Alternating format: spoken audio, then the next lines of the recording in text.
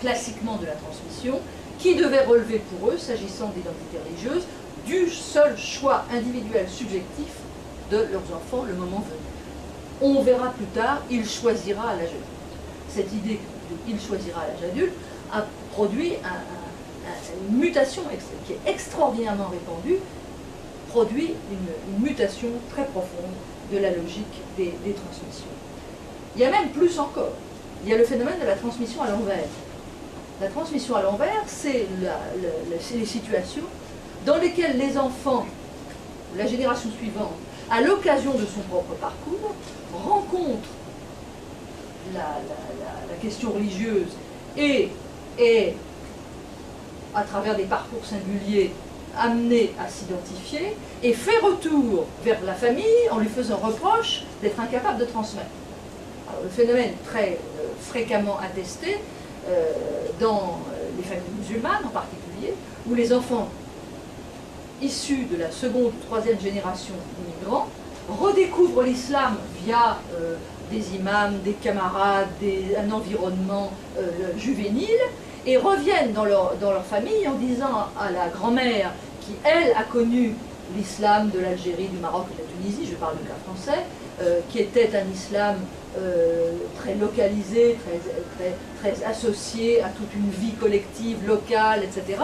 Et lui dit, tu n'es pas une bonne musulmane, ce qu'en général, la grand-mère prend très très mal.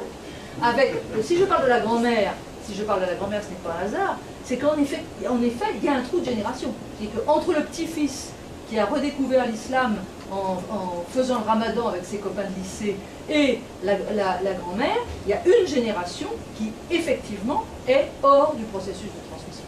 On voit également cela dans les familles juives avec des phénomènes d'autant plus intéressants que la socialisation pratique au judaïsme, passant très largement à travers des pratiques domestiques, que les mères sont incapables de transmettre et qu'elles n'ont aucune envie de transmettre. Il y a quasiment besoin de susciter des familles d'accueil dans lesquelles les enfants rejudaïsés vont aller apprendre des pratiques qu'ils vont à leur tour enseigner à leurs enfants, à leurs parents. Disons, pour faire bref, que tout ceci, même si les dernières données que j'ai évoquées, qui d'ailleurs, comme vous le remarquerez, offrent moins de prise à des exemples pris en terrain chrétien que en ce qui concerne le terrain juif ou musulman, vous voyez qu'en tout état de cause, tous ces phénomènes, à leur manière, révèlent quelque chose d'un profond malaise dans la transmission. Qui veut dire quoi? Qui veut dire tout simplement que dans les sociétés démocratiques avancées, ce qu'on appelle sociétés de haute modernité ou d'ultra-modernité, enfin, dans lesquelles, en gros, on a observé cet avènement de l'individu psychologique, et pas seulement de l'individu autonome, citoyen, que décrivait Baudrillard comme le stade de la contemporanéité moderne, eh bien, il est clair que les identités religieuses ne s'endossent plus de génération en génération. Ce n'est pas un vêtement qu'on endosse, en fait, à l'intérieur d'un univers familial. Ce qui ne signifie en aucune manière le vide de la croyance, mais simplement que la modalité d'associer la croyance à une lignée permettant de s'identifier passe par des trajectoires qui présentent des caractéristiques particulières d'individualisation, de subjectivisation. Il y a une façon de s'identifier qui consiste à dire « je me sens chrétien, je me sens bouddhiste, je me sens plutôt soufi ou je ne sais pas quoi, on veut, tout est possible ». Et c'est justement ce tout est possible qui est intéressant, puisque ce qui est caractéristique de ces trajectoires d'individualisation, c'est précisément leur mobilité, c'est précisément leur réversibilité, c'est précisément le fait qu'on peut s'identifier plusieurs fois et de diverses manières à une famille religieuse. Et qu'en tout état de cause, dans ce processus d'identification, la validation institutionnelle, c'est-à-dire le moment où l'institution reconnaît ces trajectoires comme donnant lieu à identité repérable et reconnue, eh bien, cette validation institutionnelle est loin d'être attestée dans tous les cas, elle est même, de façon générale, plutôt exceptionnelle. D'où, si vous voulez, du point de vue de la description de la scène religieuse contemporaine en termes d'identité, la nécessité de passer du repérage de masses identifiées comme chrétiennes, juives, musulmanes, etc., de passer à des, et ça a des implications méthodologiques et considérables du point de vue du travail d'enquête, par exemple, de passer de l'identification de ces blocs, en quelque sorte, d'identité, de passer à des modalités de repérage des trajectoires, en considérant toujours que ces trajectoires sont susceptibles elles-mêmes de se transformer, de se retourner, de changer d'orientation. Et cherchant, pour ma part, à qualifier cette mobilité de la scène religieuse contemporaine, j'ai utilisé, et c'est ce petit livre que montrait tout à l'heure Peter, j'ai utilisé deux figures de description. Ce que j'appelle figure de description, du point de vue sociologique, c'est l'outil de pensée qui vous permet de relier un schéma d'analyse, par exemple celui de l'individualisation et de la subjectivisation du croire, à des phénomènes empiriquement observables qui permettent d'établir la plausibilité de ce schéma théorique. Donc la figure de description, c'est précisément ce qui établit le lien entre le travail d'enquête et le dispositif analytique. S'agissant de la scène religieuse contemporaine, pour ma part, les deux figures qui me paraissent les plus parlantes, les plus pertinentes, c'est d'une part la figure du pèlerin et de l'autre celle du converti. Pourquoi le pèlerin? Parce que le pèlerin est un individu qui chemine. Même si les pèlerinages se font souvent en groupe, la décision de partir en pèlerinage est une décision qui concerne l'individu et l'individu seul. C'est une pratique volontaire, ce n'est pas une pratique obligatoire, c'est une pratique de l'extraordinaire, on ne pèlerine pas toute sa vie, on pèlerine à certains moments. C'est une pratique de la mobilité. Les étapes ne sont pas forcément programmées d'avance, même s'il y a un horizon qui est fixé.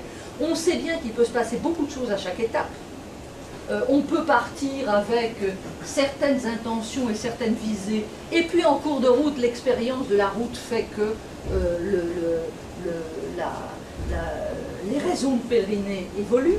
On a de ce point de vue-là un dossier à peu près inépuisable en Europe avec le phénomène de Compostelle, dont on sait qu'il est immensément attesté, avec précisément le fait que bien des gens s'engagent sur les routes de Compostelle avec des intérêts spirituels qui vont devenir en cours de route se perdre dans les méandres de l'expérience pèlerine et se transformer en une expérience de voyage, en expérience initiatique. Vous avez en sens inverse des trajectoires purement touristiques, découvrir les merveilles de l'art roman sur les routes historiques du pèlerinage, qui vont au fil du temps se transmuer, si vous voulez, en intérêt spirituel explicité comme tel. Donc cette figure du pèlerin est extrêmement efficace pour rendre compte de cette mobilité dans lesquelles les individus, en quelque sorte, transforment leurs identités en même temps qu'ils les construisent dans une dynamique qui est rarement fixée une fois pour toutes.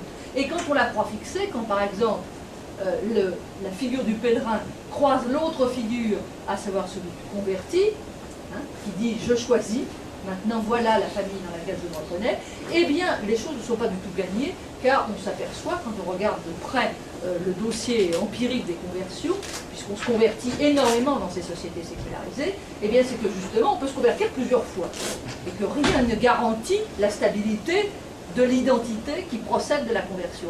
Mais la conversion reste néanmoins le meilleur moyen de cerner ce qui fait au fond la spécificité de la modalité d'identification dans les sociétés sécularisées, à la fois le caractère en effet personnel du parcours et la dimension du choix. Choisir sa religion devient en tant que tel la caractéristique même de ce parcours religieux authentique qui est le seul qui soit validable selon les critères d'une société d'individus. C'est très intéressant d'observer que même dans le cas des institutions religieuses de type église, qui accueillent en principe les enfants berceaux et qui les font entrer, précisément pas comme convertis, mais qui assurent l'arrivée successive des générations, comme c'est le cas dans l'Église catholique romaine. Ce qui est très intéressant, c'est de voir à quel point cette figure du converti a elle-même changé de valence. Pendant très longtemps, le converti, si j'ose dire, dans le monde catholique romain, le converti était une sorte de bizarre, de gêneur. Il arrivait, il tombait sur une population de vieux croyants. Tu sais, bon, il faut l'intégrer certes, ça va prendre un peu de temps, on va être prudent, etc. Est-ce qu'on est bien sûr que, aujourd'hui, cette figure du converti est devenue une sorte de référence du croyant idéal, en quelque sorte. Au fond, alors vous me direz que théologiquement, l'appel à la conversion comme requête tout chrétien n'est pas véritablement une nouveauté récente.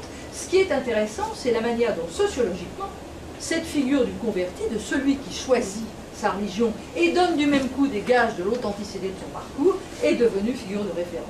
Une petite étude des dispositifs d'accueil des catéchumènes dans le cas de la France, où paradoxalement, ça paraît inattendu dans un pays où le catholicisme est un peu, au moins qu'on puisse dire, délabré, eh bien, ce qui est intéressant, c'est d'observer que l'activité catéchuménale est très importante, tout simplement parce qu'il y a en gros 13% de convertis en plus chaque année, ce qui ne veut pas dire du tout qu'ils vont devenir des pratiquants réguliers selon les normes de l'Église catholique romaine. Mais ils se présentent en disant « je veux être catholique ». Il faut les accueillir, et on observe à ce moment-là à quel point la sociabilité religieuse qui s'établit autour de ces nouvelles figures témoigne de ce qu'ils deviennent, en un sens, exemplaires pour les communautés. Et ceci n'est pas uniquement vrai du monde chrétien.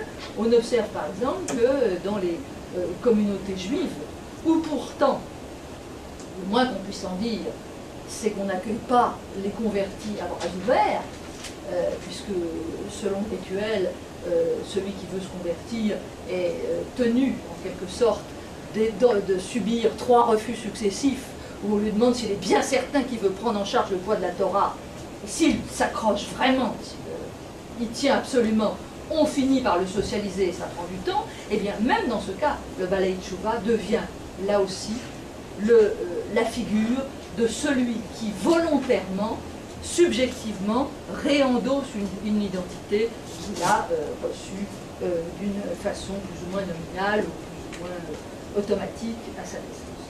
Donc, ces figures du pèlerin et du converti ont en propre d'être des figures d'individus, des figures de mobilité et des figures d'individus. Question, est-ce que on peut passer de la trajectoire d'identification qu'on peut repérer à travers ces figures à des identités collectives également repérables? Et là, on peut penser qu'il y a un problème. Si au fond, ce qui compte, c'est la capacité de démonstration de l'authenticité de son parcours personnel par un sujet croyant, que reste-t-il de la possibilité de constituer des identités partagées? Le problème se pose théoriquement, il se pose aussi pratiquement. Qu'est-ce que veut dire aujourd'hui une identité partagée, dès lors que toute la réflexion sur la sécularisation comme dérégulation institutionnelle et individualisation du religieux tente à suggérer que la forme contemporaine d'expression du religieux, c'est l'atomisation des identités individuelles.